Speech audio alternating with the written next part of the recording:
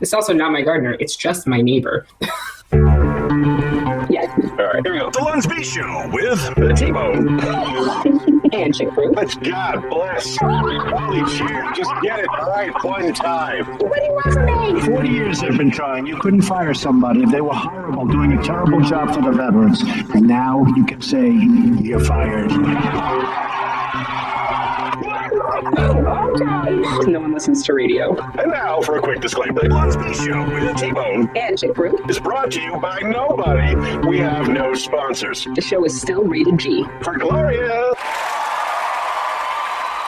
Are you in prayer? I have had a day, and I'm going to explain it to you. Hello, ladies and gentlemen. Welcome to the Lunsby Show with T-Bone and Chick Brew. That's Chick Brew. She's my friend. She lives in southern Spain. I'm T-Bone. I'm your friend. I live in central Pennsylvania. We get together once a week and we talk about things. If you're new to the show, be sure to follow us on the socials out there, and you can find all of the things that you need to find just about anywhere by searching the hashtag LUNSB. Love you. Now say bye. A great way of saying goodbye to people that you love, Lunsby. I have been in the studio for several hours. I just finished up the supplemental and I took a small break and then I came back here. Whereas I almost didn't do the supplemental because I had been for 2 hours. For 2 hours prior, I had been working on all of the sound issues so that at the end of the supplemental, I would have an episode that I could chop up and do things on the different socials with. Troubleshooting, especially by yourself, can be a challenge. And I've got multiple computers set up. I've got all the things going on. I cannot, for the life of me, understand why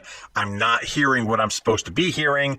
And when I can't hear something, why it's redundant, why there's an echo. And the echo is, I got a 2-minute delay, and the echo builds upon itself so that it basically crashes the system because there's so much vocal input that it's just, and it's incredibly, I am beyond frustrated. With only but a few minutes to go before we start the show, I find out that I still have a pair of headphones plugged in from when Will C was in the studio. I had not put that connection together, but the whole time I have an extra output source way over there in a place I'm not looking at that everything else can hear. Breakthrough! So I think I quickly turn off the extra set of headphones, but I'm still having issues. And when I start up the show, thinking I had solved the problem, I'm asking for feedback from the listeners, and they're like, yeah, you're good. But they also lied to me last week and told me I was good. And last week I created a product that I can't use because they lied to me. So I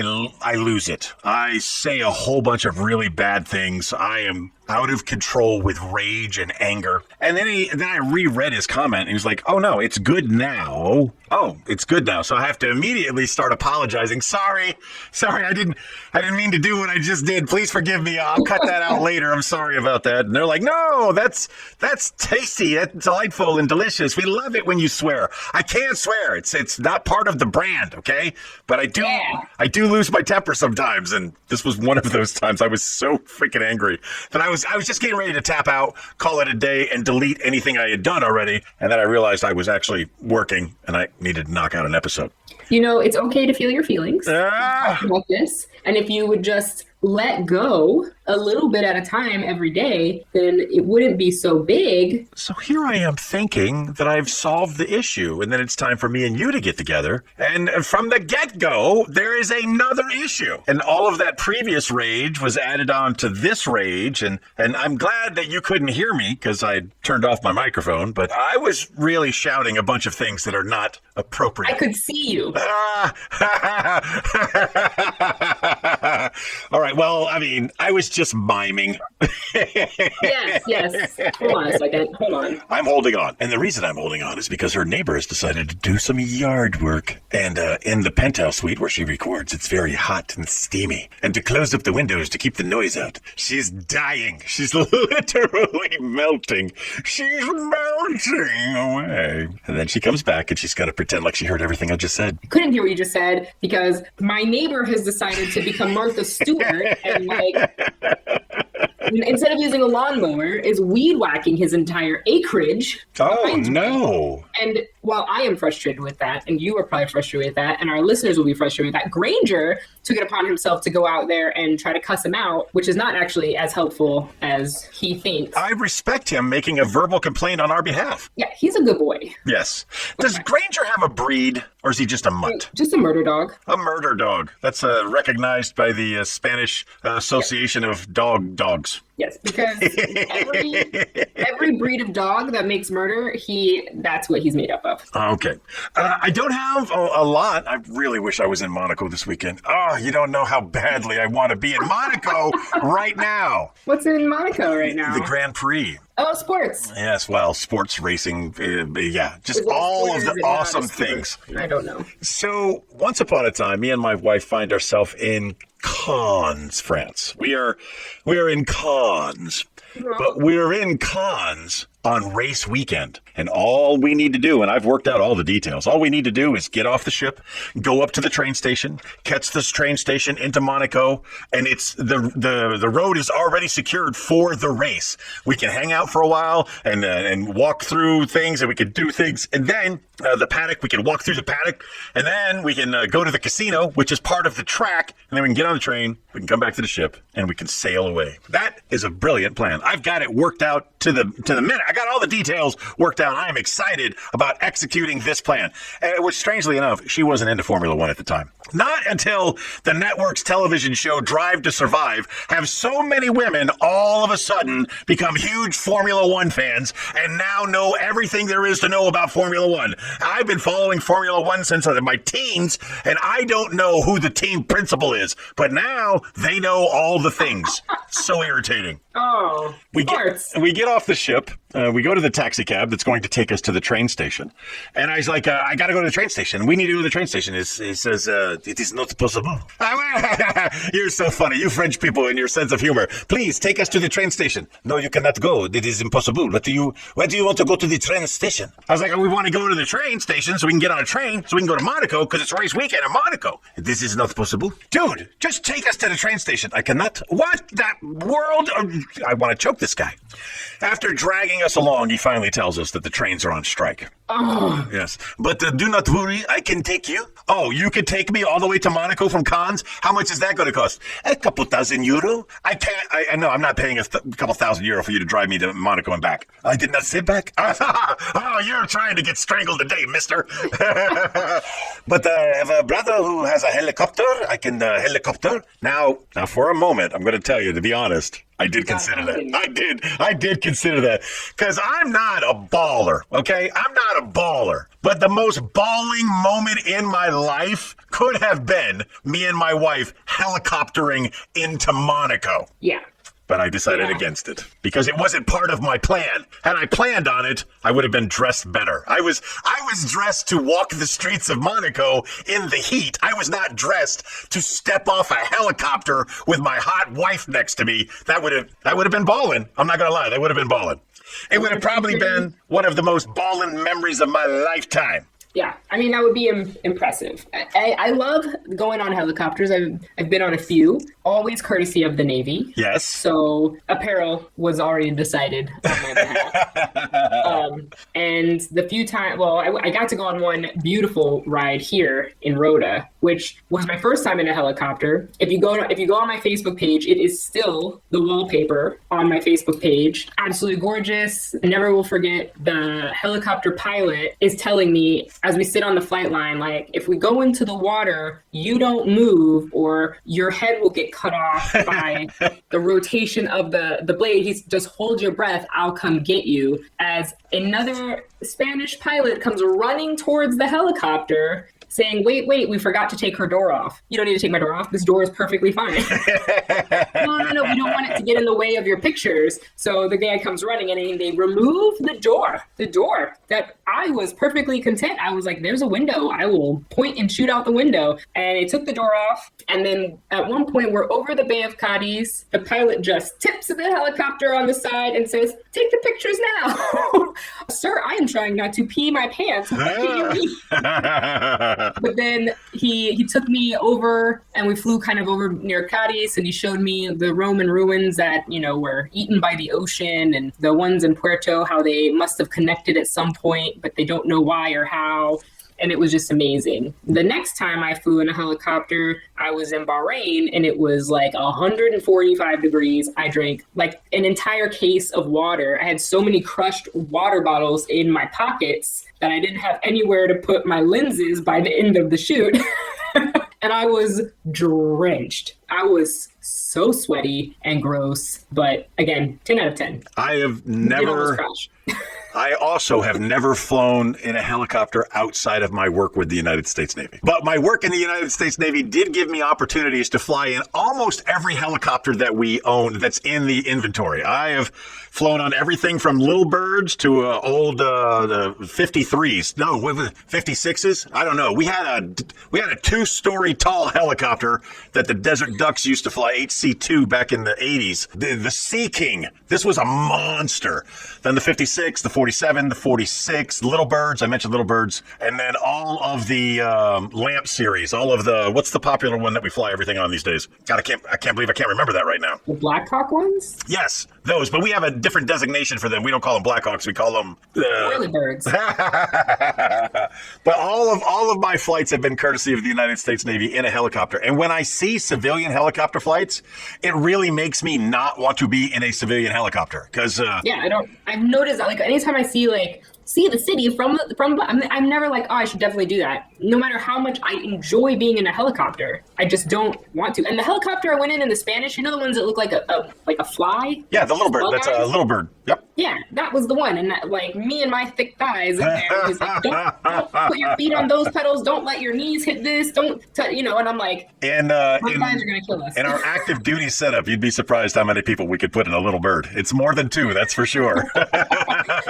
It's so funny because I also got to go in like the French's version of the P8 when they had one here in Rota back when I was active duty. And I remember thinking, oh, this is going to be so cool, not realizing how long that training exercise was going to be. And you're just flying in circles. But the part that's really disorienting about it is the bubble at the bottom that you use to like look out to manually with your eyeballs look for mines. It's like a bubble. It's like those things at a playground. So it really messes with your depth perception. Oh, definitely. But it's a lot better than looking out the windows. As you're flying over land and sea and you're seeing the ground, it's very disorienting. 100%. Absolutely understand what that feels like. The thing about the P8 was they should have been able to do it with no windows. The bottom bubble is a visual verification. That's what that is. That is not supposed to be a search window. All of the instrumentation inside the P8 is supposed to do its job. The problem with the P8 was it's a jet. The P8 replaced the P3 Orion. So the P3 Orion was propeller driven and it could go slow enough and stay in the air to do its job. But when they brought the P8 on board, they were like, we got a problem. And like, what's the problem? Stall speed. This plane has to go this fast or else it falls out of the sky. And for all of our sensory equipment, we need to go slower. So obviously they've worked out the kinks, but initially that was a huge design flaw.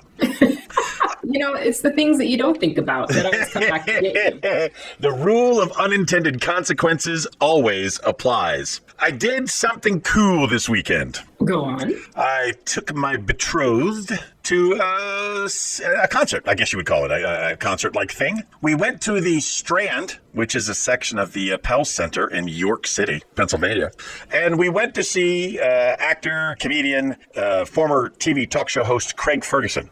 Now, this is something I had been looking forward to for quite some while. He was supposed to come in December, and then it got postponed, and with no explanation why, and it didn't happen until June, and my wife was down to go, and we went. We were in the second row. He was standing in front of me many, many times, so close that I could count his nose nostrils. That's how absolutely close we were. It was a really good show. There were a couple of outbursts from people who just wanted to be part of the action and didn't understand that this wasn't the thing. One of the people that decided to take up a lot of his show time was singing the theme song to his show and playing it on his chest with the flappity floppity ninja hands and stuff. And well, it turns out the kid was special needs. So the 10 10 minutes of the show that he took up, this comes into play later when I talk about the VIP treatment that I paid for. Uh-oh. I paid for the VIP treatment because this is what they offer, an opportunity to meet Craig and take a picture with him and, basically just have some free time with him. Just a little bit, not much, obviously not much. He just got done doing a show.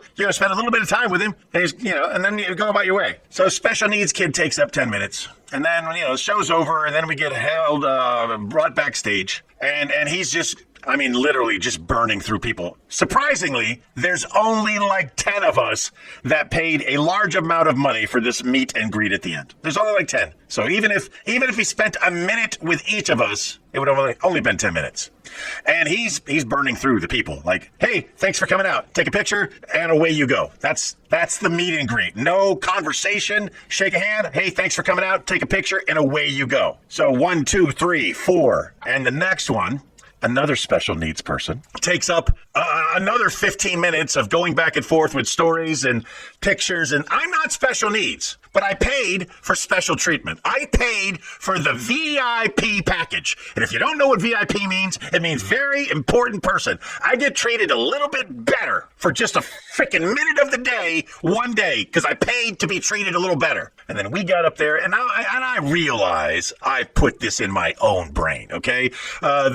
Never meet your heroes mentality, right? I really looked up to this guy as a comedian, as a presenter. I couldn't wait to see him, and I had been playing the meeting him through my brain repeatedly. What can I say to be engaging? What can I say to be funny? I've got a very limited amount of time with someone I look up to. How do I make an impact quickly? And I've been playing that through my head over and over and over again. For like a year. Yeah.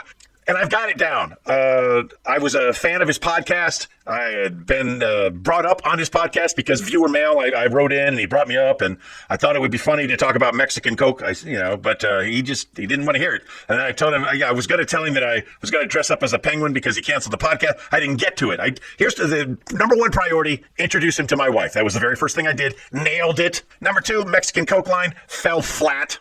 Number 3, the penguin thing, didn't get it out. And the next thing you know, we were done. Now, had I pretended to be special needs, I could have had all the time I wanted. But instead, I'm a non-special needs person who paid a lot of money to get none of the time I wanted. And I don't want to say I was upset. I get it. Okay, I understand. He just did a show. He wants to go. He's obligated to meet and greet and take pictures, and that's what he's going to do. He's going to meet, greet, and take pictures. He doesn't want to be bothered with the trivial. But here's what I'm going to tell you. One day, I'm going to be rich. I'm going to be famous. And part of coming to see me involves the opportunity to see me backstage.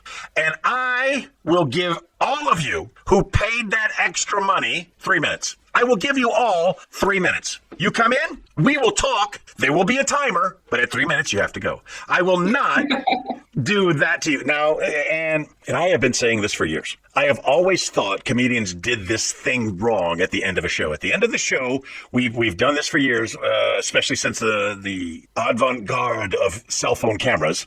We've allowed people to take ussies and themies and ussies and demis and memes. I don't know, all the pictures that you could do with your cell phone, we've allowed people to do. I've always disagreed with that. I've always said you should have a person dedicated to take pictures for all the people, and this moves people through much faster. You get in, you take the picture, and you move on. You don't have to change phones, worry about setups, look at my dog's gagoolies. You don't have to do any of that. You got one person dedicated to taking the pictures. You step into frame, ding, ding, ding, ding, ding. You take several, and they move on. Ding, ding, ding, ding, ding, several, and move on. And you tell all of those people to go to your website to look at pictures from the show. That's the way to do it. It drives traffic to your website. It gets more people through the line quickly. It's just really, really efficient. And I've been saying that for years. Well, it looks like somebody I know you have, and I use that. when we have big events at work, and people are wanting to get their photo taken, I stand right in front of where the photos are going to be taken. I say, give me your phone. I take the pictures, and then I say, here you go, next.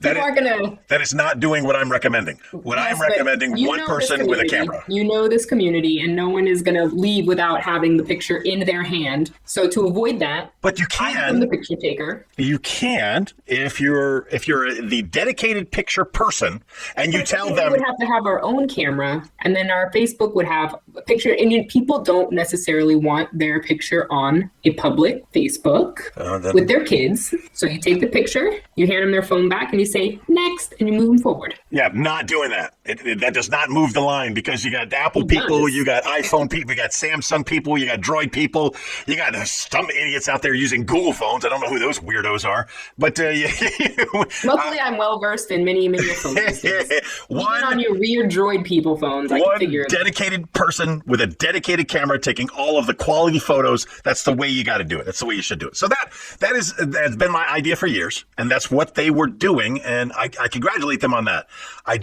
I was very disappointed in the VIP experience, in that only people that paid for the first guy didn't even pay for the VIP package, and the second one paid for the VIP package, but only people with special needs were allowed to like hang out and talk in a way that I would have imagined we were going to do, even if it was only a minute. But I got like 30 seconds, and that really upset me. I spent a lot of money for 30 seconds. Now, not that I'm not like I haven't spent a lot of money on list time before.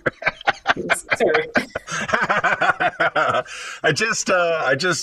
It's fair to say I was disappointed, and I may have been wearing the disappointment on my face, because my lovely wife, who had nothing to do with any of it. She didn't pay for the VIP package. All she did, she accompanied me down there, and she was my date for the evening, and she went on stage with me, and we got our photos, and then we left. But for some reason, she has felt the need to apologize for the way it was done, so many times so that I have to remind her she doesn't have the authority to apologize for the way I feel about something I did. You can't apologize for me to me. That's not how these things work. You can't do that. But you gotta love her for feeling it. I do love her for all of the reasons, but it can get annoying when you're on your like 15th or 16th I'm sorry. Stop saying I'm sorry. Stop blessing me and stop saying I'm sorry. No, you will be blessed, sir. Don't ever think that you are not going to be blessed. It's coming no matter what. I want to slip this in, like the popular game that you love to play.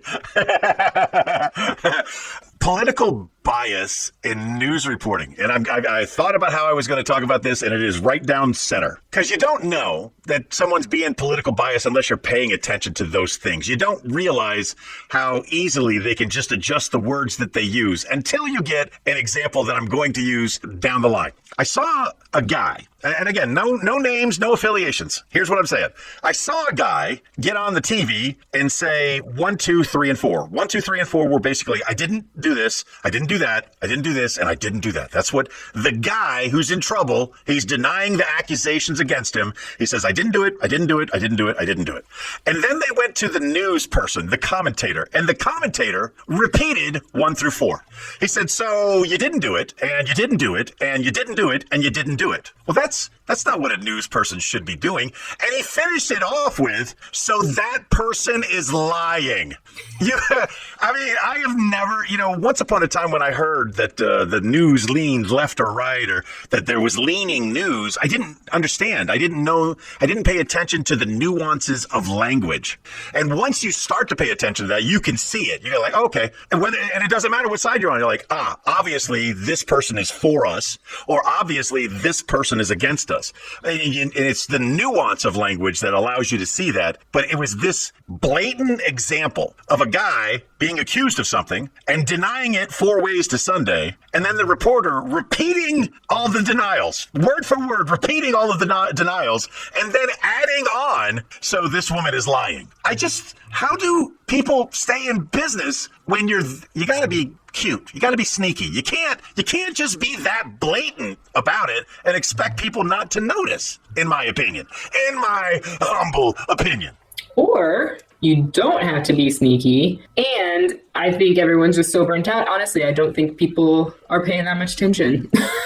I don't care. And if they are, how exhausting for them. It can be. I tell you, the most exhausting thing nowadays is AI. Oh my God. It's like not even fun. Okay, so Chief season is coming up, right? Yes. Very exciting. Very exciting time. First time not getting on the, on the other side. First time on the other side. Yeah, good for you. Very cute. It's a vibe. I like it. And they're like, every flyer for every fundraiser, every T-shirt design, they all look the same. Of course. They're all the same. I'm like, guys, could we just take it back old school? Like, let's just put an anchor on it and call it a day. I don't need the lighthouse and 80 ships. And That's so hard. Flags. I'm like, that's so hard. Why am I sounding like Jennifer Coolidge? Love her. Yeah, and no one is trying to hide it anymore. We all see it, okay? We all know. It's just there were kids that went to college. They went to an art school. They learned design. They got a degree. They got a diploma in arts and design they are all irrelevant now. They have all lost employment. There's no one hiring anybody out there to design anything when I can do it in 3 sentences. Yeah, but it's like, but everything's the same. It looks the same unless you are specifically telling it not to look the same. And it's not fun anymore. If you pay money. Yeah. So, Google tricked me. It did the old bait and switch. It told me it could do something for me as long as I paid. So I paid, and then I was like, okay, do that. And it was like, nah, I can't really do that. I was like, cool, no problem. You can't do it. Refund my money. It's like, no, can't really do that either. I was like, okay, which I'm gonna use all of you that I can use until the money runs out. And the difference in between free AI and premium AI is mind-blowing. For the Warno, I've got a little thing that pops up. It says, the Warno, Friday, 6 p.m., blah, blah, blah, blah. And I use that. And it's a neat little picture, and it's got beer, and it's got dice, and it's got some it's got some effects. I used the Gemini that I had to pay for, and I was like, I have to do this show on Thursday because I'm not going to be here on Friday. Change this ad to Thursday, and I didn't give it much more information on that.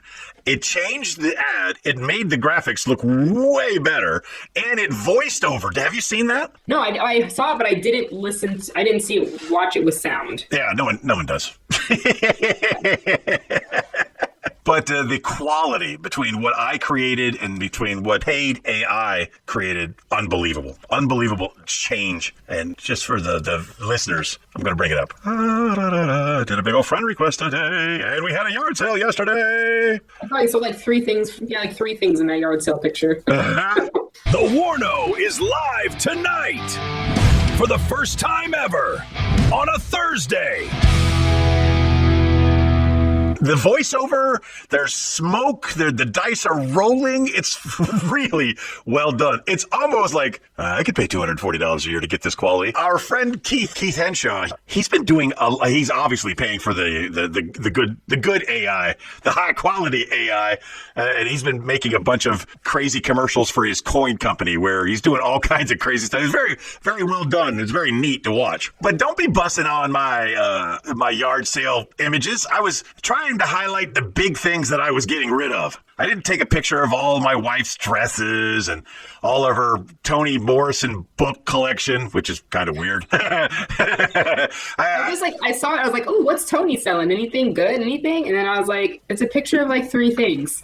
But these were the things I really wanted to get rid of. I've had that wine cooler or wine refrigerator for like 5 years. I replaced it with a big giant wine refrigerator. So this nice little desktop one I've been trying to get rid of, and I can't get anybody to buy it or make me an offer. I sold my Amazon Echo, the big one with the like 8.5 inch screen. That old man who bought that might not know how to use it, but he doesn't realize he got himself one heck of a deal for sure. What does this do? And I was talking to her and she wasn't answering. I was like, oh, I'm sorry. I forgot. I changed her name from Alexa to Ziggy. And then I said, hey, Ziggy, do this. And she did. And he got a kick out of it. And he said, how much for it? And it wasn't even something I was selling. I just had it out there to make music. But she doesn't let me use it. I can't keep it plugged in because, she's got issues with things being plugged in. So I can't use it. So I just got rid of it. I thought it would make the old man happy. And it probably will. Let's move on to one of our other things we do. Ranger is defending his backyard. Hold on. You just told him to come inside and that was it. Yeah. That's a good boy. That is a good. Will he stay inside? Probably no.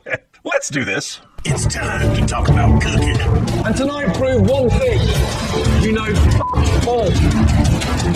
For new listeners who don't know, and for old listeners who have forgotten, she is a chef, and I am but a rank amateur. She presents the food. I just make food. She is a chef. She's a foodie. I'm a fatty. This is the segment where we talk about food. And we try to do it without the 3-minute intro to talking about food. So, Chick Brew, you sent me a picture with food in your mouth. Yeah. What was the picture of? So it was graduation this week. Oh, yeah. Yeah. And every year I think, I don't know any kids graduating, and every year I am wrong.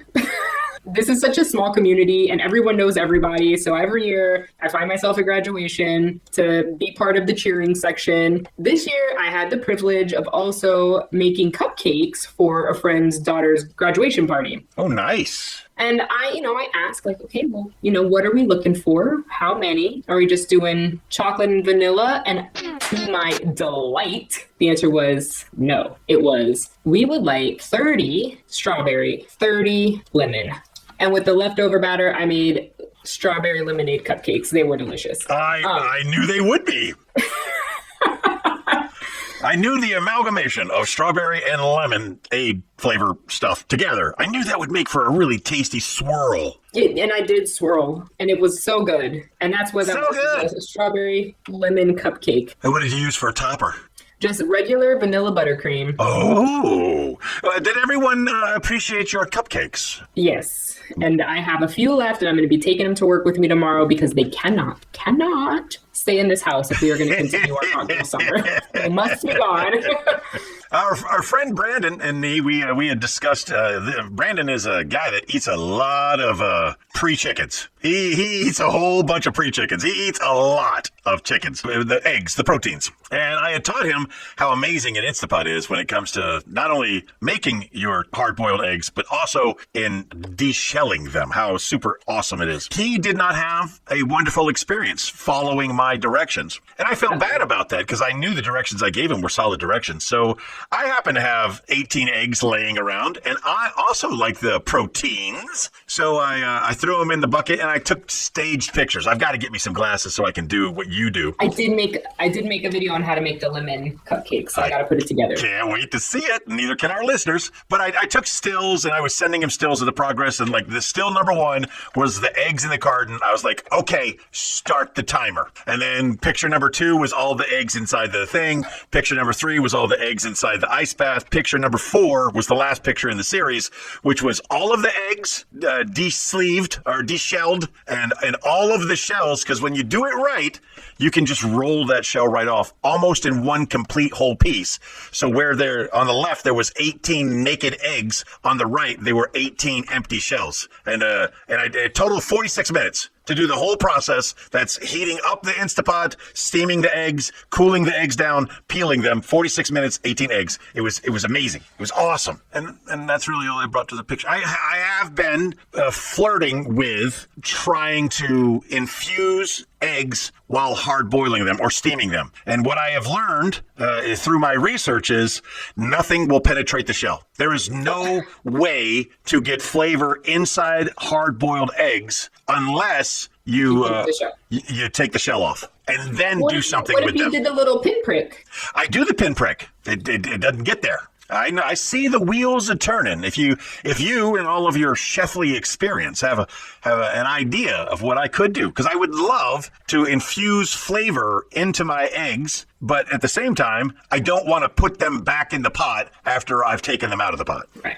And in what if you did the pinprick and then you got one of those infusers? Yeah. Yeah, that's not going to work. That's going to be real bad. That egg's going to explode. Yeah, do it.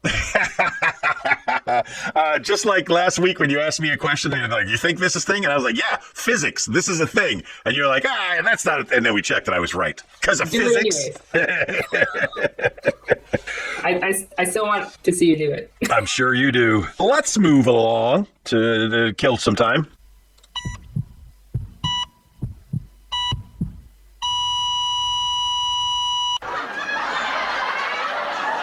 Get your laugh on and save a life.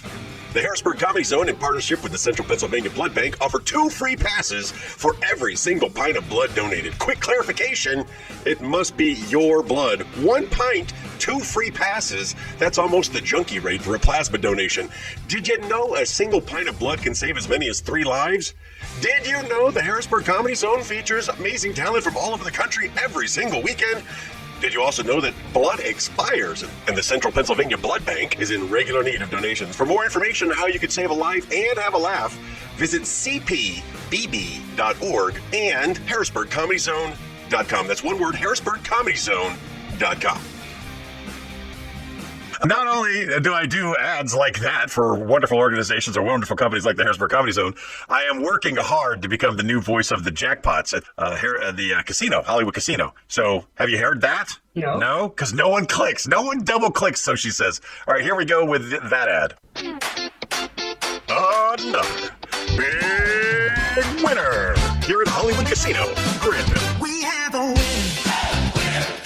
Winning of the night, we have a winner. We have a winner. I do like the dance moves. I don't know why it does the things it does. I don't know why it doesn't let you listen. We'll just kind of skip over. I think it's a real good ad, and I made the music, so I was very happy with the music, and I was happy with the dub, and I hope to be the voice of the jackpots at the Hollywood Casino. Moving on. Everything, everything, everything, everything, everything, everything, everything. The book of everything. One of everything. One of everything. One of everything. The book of everything. One of everything. The book of everything. Every week we go into the book of everything. We try to find a strange, unusual, or interesting fact. We share it with you.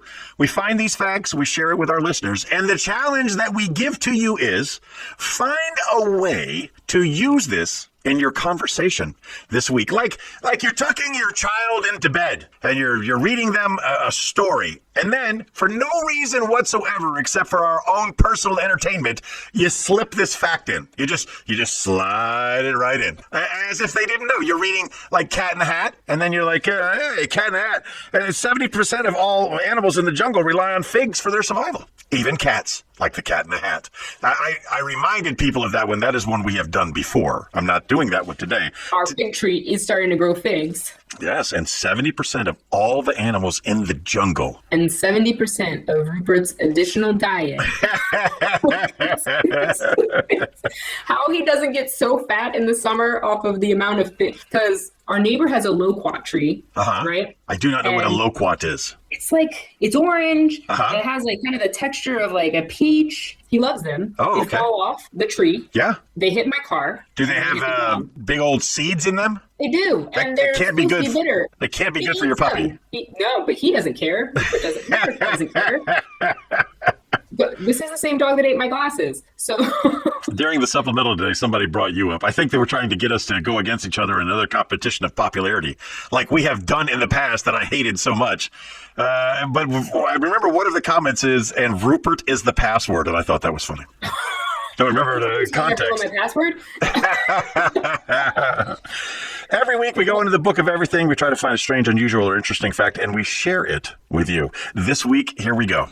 The boa constrictor is the only living animal whose common name is exactly the same as its scientific name. Yes. Apparently, the boa constrictor was named by Adam himself. Hey, what's this thing, Adam? Oh, that is a boa constrictor. What's its scientific name? Adam looks down and goes, boa constrictor? Are you stupid? Why would you give... I said it once. Don't make me repeat myself. I hate scientific names. I am a You man.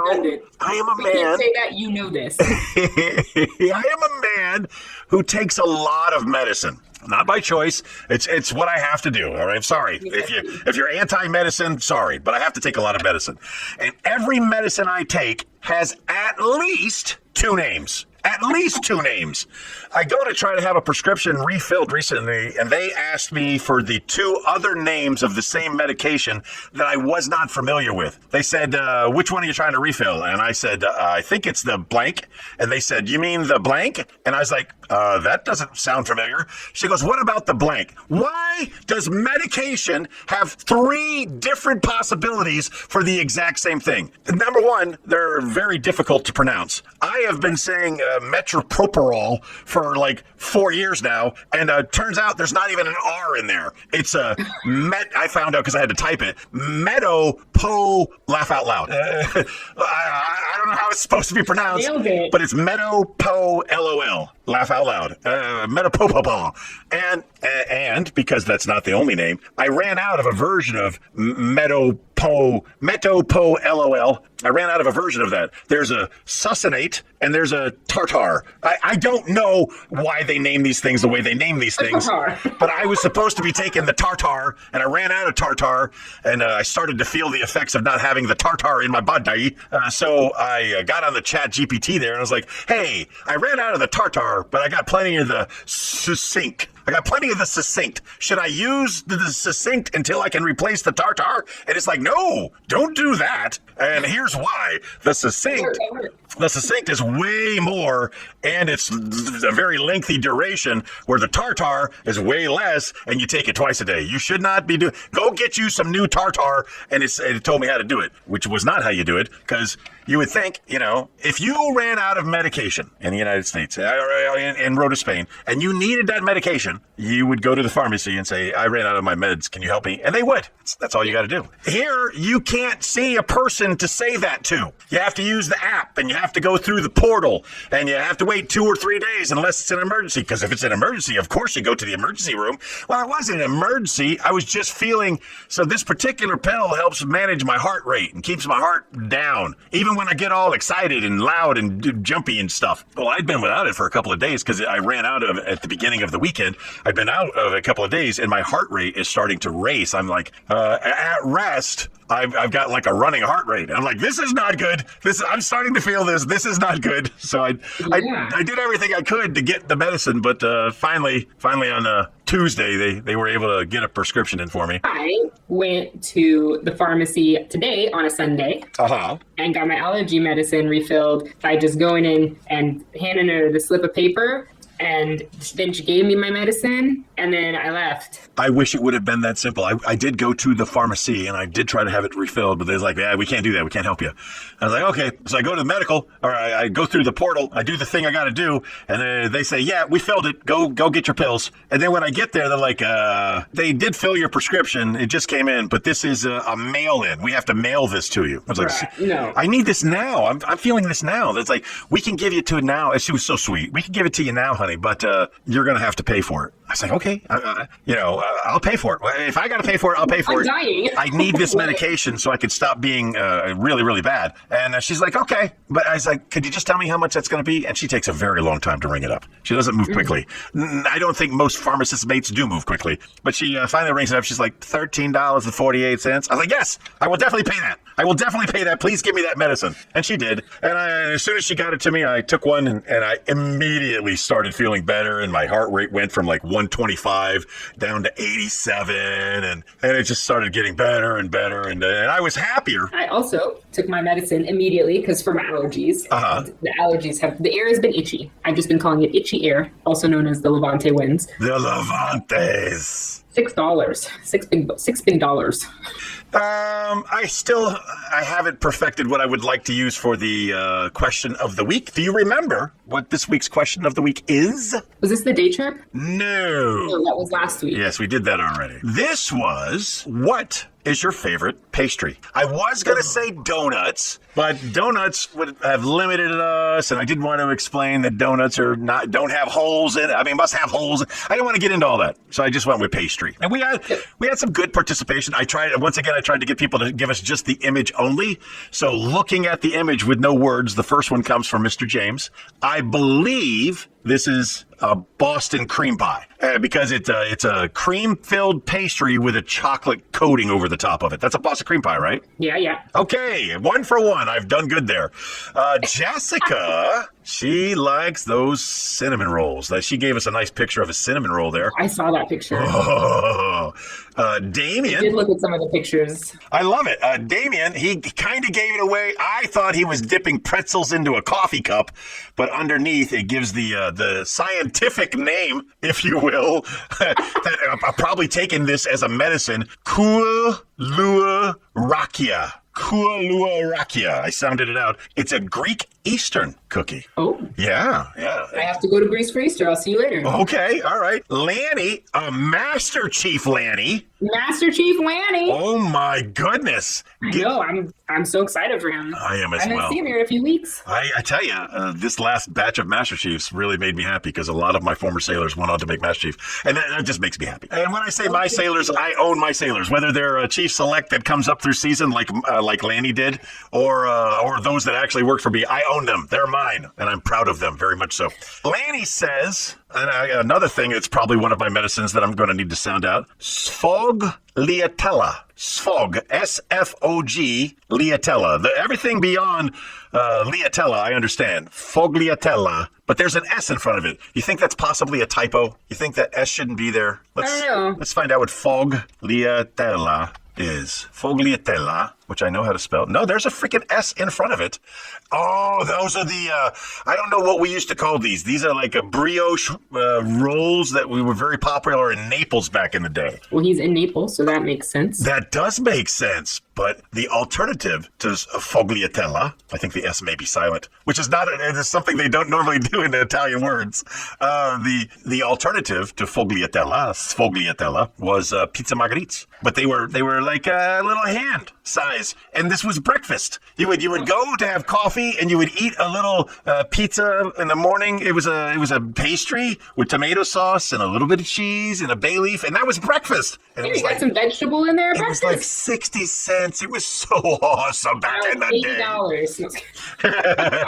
$80. James also says he doesn't consider cookies pastry, but a basic chocolate chip cookie. Yum, yum. And of course, Mike of the Mike and Shirley clan says his bride's homemade cinnamon rolls. That's the thing he loves about cinnamon rolls. Popular in this week's question of the week. Now we have to ask you, Chick Brew, what is your favorite pastry? So it's funny. So last weekend, when I was making my travels back to the Rhoda area, I realized every time I'm in an airport, I always eat a croissant. I do like a croissant. And not like a fancy croissant. No The one fancy? The one I got in Madrid was like, it did have the almond in it, which is very nice. But I debated while I was there, like, oh, do I get the one with the almond in it, or do I just go with the tried and true? I should have gone with the tried and true because my croissant shelf was not properly full after eating the one with the almond. But A well-cooked croissant has so much butter in it yes. that it needs for nothing. You don't need to slice it open and put some Nutella in there or an extra pat of butter. If it's a quality croissant, that is all you need. I do. I have not, I go to BJ's often because I love BJ's, and I think you know why. Yeah. Great deal. Great deals. It's a great place to shop. They do this like giant box full of croissants. Croissant, yes. And as many times as I've wanted to dig into the box of croissant, I just want to buy a big old box and take it home with me. I don't, because I know these are not going to be high end. These are going to be basic, and you're going to You don't want to be disappointed. You're going to have to add like Nutella, which is nice, or butter. You're going to have to do something, and I don't want to do that. Why? I don't want to burn calories while I consume calories, okay? That's not who I am. So croissant for you. Excellent answer. I get confused, and I'm going to rely on your chef experience here to help me understand. I like what I think is called a strudel, but I've also had a meat product that was also called a strudel when I was in Germany. So a pastry strudel, if I'm correct. Is it a schnitzel? Here, I'll describe it. It's the meat one. It's like a thin. Oh, a schnitzel. Delicious. Yep. No, it was gigantic. It took up the entire elongated plate. It was a fantastic piece of meat. Yeah, no, Okay. it's that's schnitzel, and it's super good. And I had it when I went to Germany. Okay, Because it schnitzel. is not something to be missed. A strudel, if I'm correct, is a braided pastry. And Yes. in between the braids, you have the variety of like a cream cheese or a jelly or a jam. Oh, God. I'm saying the right thing, right? That's a strudel? Yeah.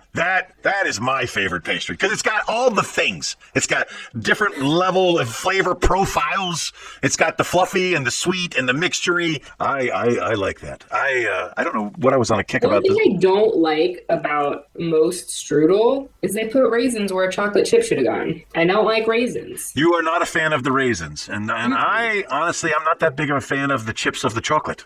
I can eat them, but, if it's an oatmeal cookie, there should be raisins in it. And Or you disagree? nothing.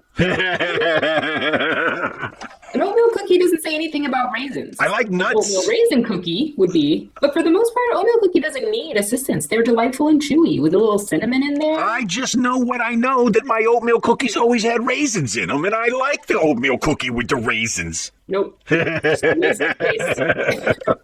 Waste of space. It could have been a chocolate chip.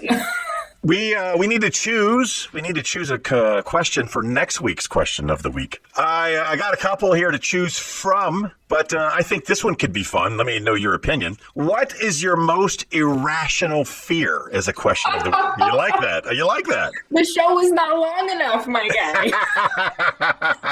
But here, Don't answer. Don't answer. no, I'm going to tell you one, just so people can kind of get a taste for when one of my irrational fears almost came true, which makes it, I guess, a less irrational fear and a possible fear. So for many years, anytime I saw someone riding a bike, I slow way down, especially if they're on the sidewalk. And everyone always teased me about slowing way down. I'm like, they're on the sidewalk, they're fine, you're fine, everyone's fine. And I was like, no, what if they fall off the sidewalk while they're riding their bike? And then I'm going too fast. And then I smash their head because it falls into the street first. I was driving in Rhoda. And this lady is riding her bike and there's cars parked. And I think to myself, dear God, just slow down. It looked unstable. It looked not good. She sure did fall off. She fell off. And guess what part of her body landed very close to my bumper? Her head? Guess what she was not wearing? A helmet? Exactly. So my irrational fear saved that woman's life. She was just as shook as I was. I was like, jumped out of my car, didn't even put it in park. It was a manual. The car just shut off, and I was like, oh my God, are you okay? I could have crushed your head. She did not speak any English. I just stared at her. She just stared at me. I helped her up. She got back on the bike and started riding again. Well, that's what you have to do. I got lost you are not allowed.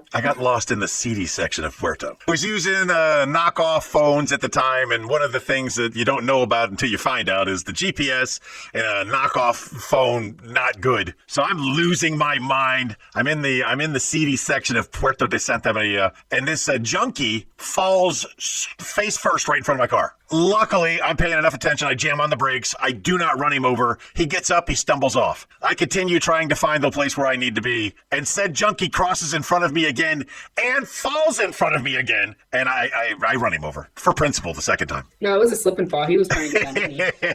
Hey, you got any headlines for me? I do. And now it is time for headlines from around the globe. Every week she pulls from the ether a headline. The headline I am not prepared for. I do my best, and often fail, to come up with a educational, entertaining... I mine the headline for some type of entertainment or educational value. We start by pushing this button. United Airlines flight to Spain returns to New Jersey because of Bluetooth network name.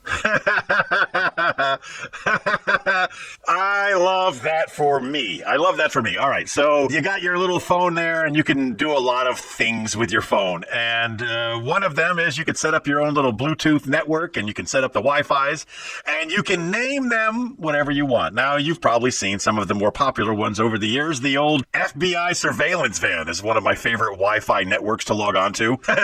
CIA do not enter, and then it'll have like the password next to it, 1234. That was one that tickled me to no end. My Wi-Fi is just the show. It's the hashtag for the show. It's the Wi-Fi network here. But if you were going to have a Wi-Fi name that was so dangerous, because you can't make jokes in the airport, folks. Nope. Can't make jokes in the airport, folks. I had to remind my wife of this one time when we were in a little island south of Sicily, Malta. We were in Malta.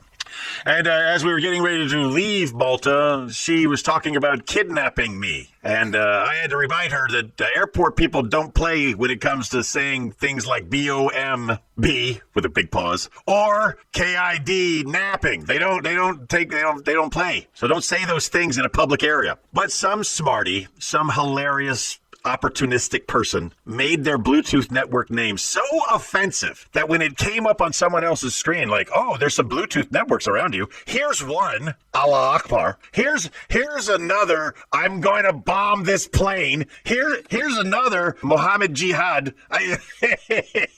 They pointed out to the stewardess, and the stewardess politely walks up to the captain and says, Captain, we have a problem. And he's like, what's the problem, wench? And she's like, apparently one of the networks on the someone's trying to blow up the plane. And he's like, all right. And they take the plane all the way back, which only makes everyone else angry. Just imagine you're on your way to Palma, which is beautiful. You're leaving Jersey, which is Jersey. And all of a sudden, because of someone's network name, now you're going back to Jersey, which is not Palma. It makes me so angry. And how do they decipher who it belongs to? Well, I mean, they can get the air marshals and the popo, not the po LOL. That's a different thing. The meadow po LOL, not that. They can get the authorities to have everybody open up their phones and look at all their network names, and they can make someone's life really, really miserable and put them on the no-fly list. And there's so many other things they could have done other than turn the plane around and fly it back. Unless... No, I mean, come on. It's not real. It's not real. You make an announcement. These days, people be doing weird stuff. But they wouldn't make the announcement via those persons looking for a Wi-Fi network. They wouldn't. There is danger on this plane. Do not. They wouldn't. What was, if you don't mind sharing, what was the... So this is the third article that I've read on this. They just say 4-letter word, which I think we can assume. Oh, they went with the bomb. Yeah. So when I was on tour, we always had to carry, if we were traveling on plane, we had to carry the Pelican case that had our handhelds in it because they were, I guess, expensive. They were Pelican cases, and we called them the bomb box. Do you have the bomb box? Hilarious. As long as it's not set inside the airport. We very rarely flew. We normally traveled in our van. Michael Sod... Or the last person who should have said in the airport in Florida, hey, do you want me to carry the bomb box? Said, hey, do you want me to carry the bomb box? It made our entrance and exit through that airport much more difficult. Much more difficult.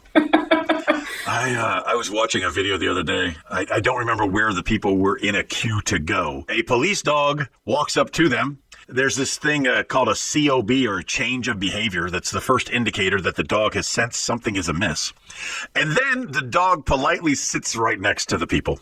And the people are like, oh, he's such a nice dog. He just came over here and he sat beside us. Like, yeah, you're going to need to come with us. Because that's a drug-sniffing dog, and that's his reaction when he sniffs drugs, you dummy. Don't say bomb in the airport, and don't take drugs to the airport, you idiots. Not that any of our listeners would. Our listeners are so smart. Hey, do you have another headline for me? They know way better. Yes, of course. Cockroach kingpin caught with 100,000 illegal insects in record bug bust. It's just too many, man. Why? You know, I get it. There's people who are attracted to all kinds of things. We recently had a family here in the Steelton area that were locked up and put in jail for endangerment to animals, and the animals that they had were hundreds and hundreds of sewer rats. They were living in a condemned building, and they were hoarding rats, so much so that all of the neighbors hated them so much. They finally called the police, and the police don't arrest them for trespassing inside a condemned building. They arrest them for the crime of being cruel to animals, animal cruelty. Is that a bigger punishment? I hope so. I hope it's a death sentence. So much punishment. But insects Oh my God. Cockroaches. We don't want them inside. 100,000? I don't know if you saw me before, but I had to like loosen up the shoulders because it has pictures. Don't want to see the pictures. I'm keeping my eyes closed for the rest of this episode. 100,000. And in order to count 100,000, that means he's got them in a terrarium, that he's got them in sample boxes, or is it just a house full infestation and 100,000 is a rough estimate to the number of insects that are in the house? Like, when does the collection become an infestation? Because I feel like 2. If they're free roaming, it's an infestation. If they're put away, I don't understand people. I don't understand one of our friends, Tyler G. He's an arachnid fan. He likes the spiders, and he's got about 40 of them. That he doesn't. As far as I know, as far as I know, they're not free-range spiders. He has them in terrariums and places where you would expect spiders to be. Outside? And 40 is still a large number of spiders. One is too much for me, but Spiders go outside. Spiders commit suicide by shovel. That's what spiders do. If they stay outside doing outside things, spider outside things, that's fine. They can eat all the mosquitoes out there. I'm outside. I'm sorry. I thought you were saying more, and you were just saying outside. Outside. Well, going outside. We have done all the things that we needed to do, and we have gone over enough that after my edit, we should be right at about an hour. We're going to wrap this up now, and I'm going to remind you today, as I remind you every day, just be the best person that you could be. And if you were a great person today, be an even better person tomorrow. And don't forget that you are loved. Thank you for listening to T-Bone and Chick Brew. If you enjoyed that show, you should check out the Darrell McLean Show, independent media that won't reinforce tribalism. We have one planet and nobody's leaving, so let's reason together. You can find the Darrell McLean Show at the same place you actually listen to this show. Give it a shot. Somebody moved my chloroseptic. Oh no.